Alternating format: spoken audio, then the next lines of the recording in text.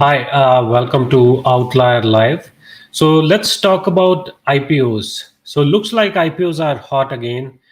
Maybe let's see into some of the upcoming IPOs. Let's start with our two hot IPOs, which I am reading about. One is Instacart, and one is ARM Holdings. So first and foremost, let's be honest here. Like most of the people who invest in IPOs, I believe they just look at the excitement around that IPO. They read basic news like, hey, what other people are talking about, what other investors are saying, which other investors are participating, etc. So they mostly make the decision based off of that. And I have seen, I have talked to actually some of my close friends who do the same. So they look at a company, for example Airbnb. Just because they use Airbnb a lot, they have this good feeling about Airbnb, they will participate in it. So this is just an example. So one of the key thing that I think everybody should look into is Form S1. So it's essentially, it talks about the business operation, total proceeds like price per share, how much they are listing at, um, management decisions, financial conditions, um, the recent sales of how many shares they are offering, etc., etc. I think it's a very, very important thing to look at. So let's start with Instacart. So Instacart recently announced that they are going to list on September 19th, I believe.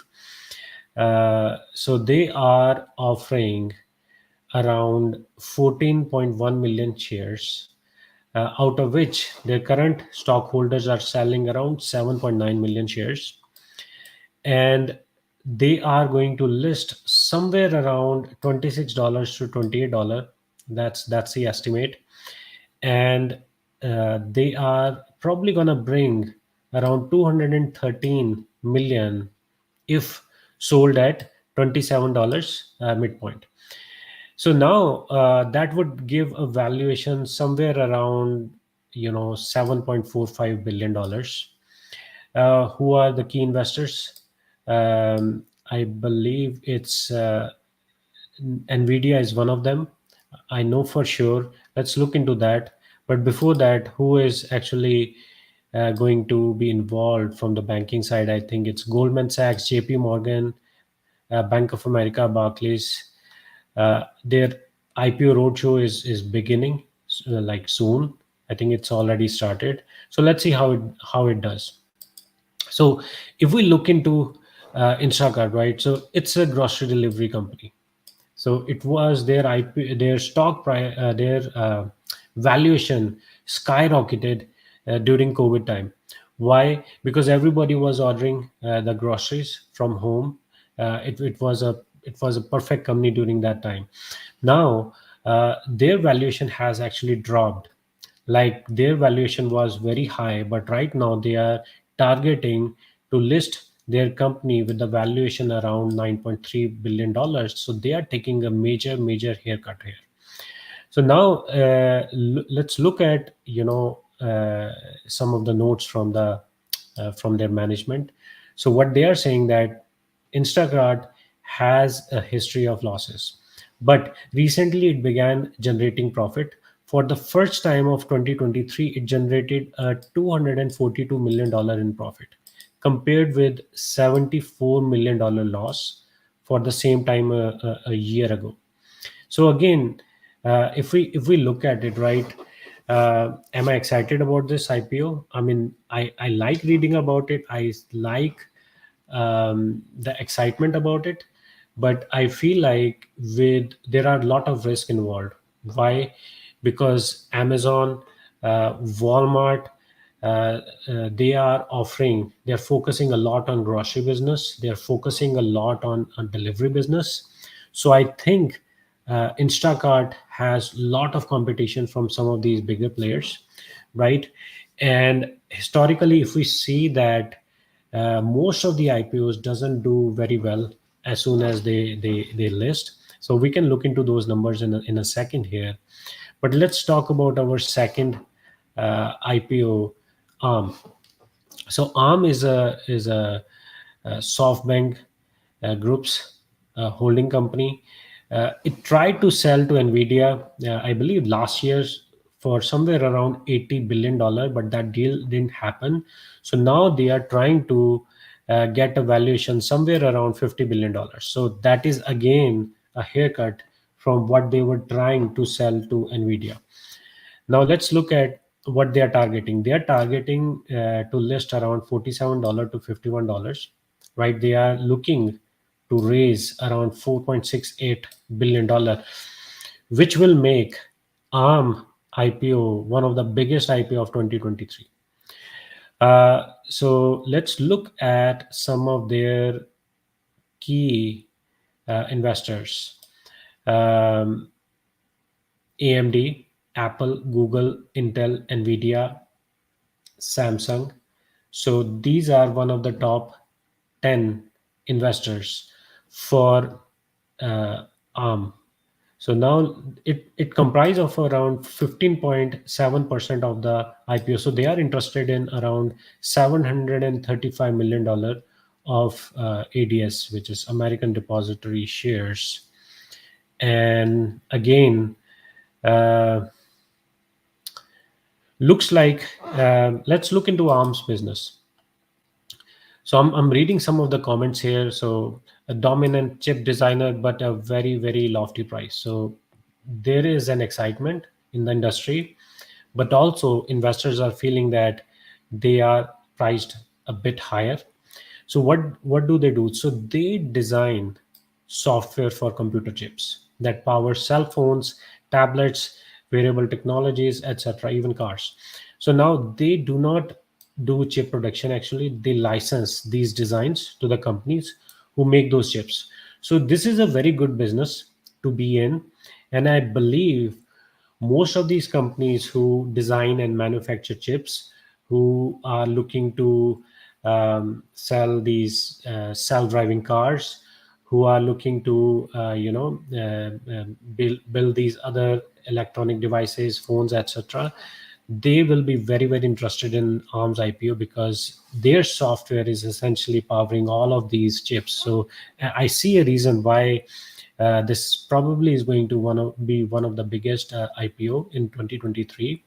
But again, we will know how the stock will do because there is a risk in the market. So one of the key risk is China risk, because I see that with lot of because of the geopolitical events that are happening around, how the US and China relations are right now, there is a risk that US may ban uh, further sale of arm products in China, but we don't know yet. So that is one of the risks that is involved with this IPO. So let's look into how some of the recent IPOs have done, right? So everybody gets excited about, hey, I want to participate in this IPO. Again, most of them fail to even look into S1 in depth, and they invest these in these IPOs. But historically, if you look at it, IPOs are not that great. I mean, you see some of the recent IPOs in 2023, and some of the companies you probably never heard about. But if you look at the returns, like most of these returns are like in negative, and these all of these companies, most of these companies have performed poorly. And even if you go back in time, right, you look at some of the very hyped IPOs like Spotify, which I believe went IPO in 2018, if I'm not mistaken. Airbnb was one of them. Roblox was one of them. Twilio was one of them. So if you look at, let's start looking into how their stock has done, right? So they IPO'd in somewhere around 2018. If you look at it, it went up down, but right now it's probably around the same price point. If you participated in this IPO back in 2018, I think you have made some profit, but it's not uh, worthwhile in my opinion. Same story with Airbnb. If we look at it, right, it's not impressive. It's not impressive. I mean, if you look at it, if I'm someone who is like, hey, yeah, I'm gonna just buy this and I'm just gonna hold it forever, that's great. But after 4 5 years you start going back, and you start, your mind start thinking about, hey, oh, I missed this opportunity, I missed this opportunity, but I'm stuck here in this stock and it hasn't made me money. Most of the people will make a decision to either sell, right, take their losses, or get their money out and either participate in another IPO, another hot IPO, or in some another stock. So that is, these kind of decisions are like very very bad decisions. So I mean, if you are planning to buy and hold a company, first of all you need to uh, do your due diligence. Not just when they go IPO, you have to see the history. So that's why personally I like to wait. you know I like for a company to be public for at least 4 5 years. Now what you have a track record. You have a track record which you can look at it, the numbers that you can read, see how they are doing for that period of time. And then if you really really believe in that company, that hey, this company is going to be great in long term, you buy at dips. I mean, at least that's what I feel like you should be doing, or I should be doing. And if I am someone, right, who is a dollar cost average person, who likes to, hey, yeah, I'm just going to allocate some money every month.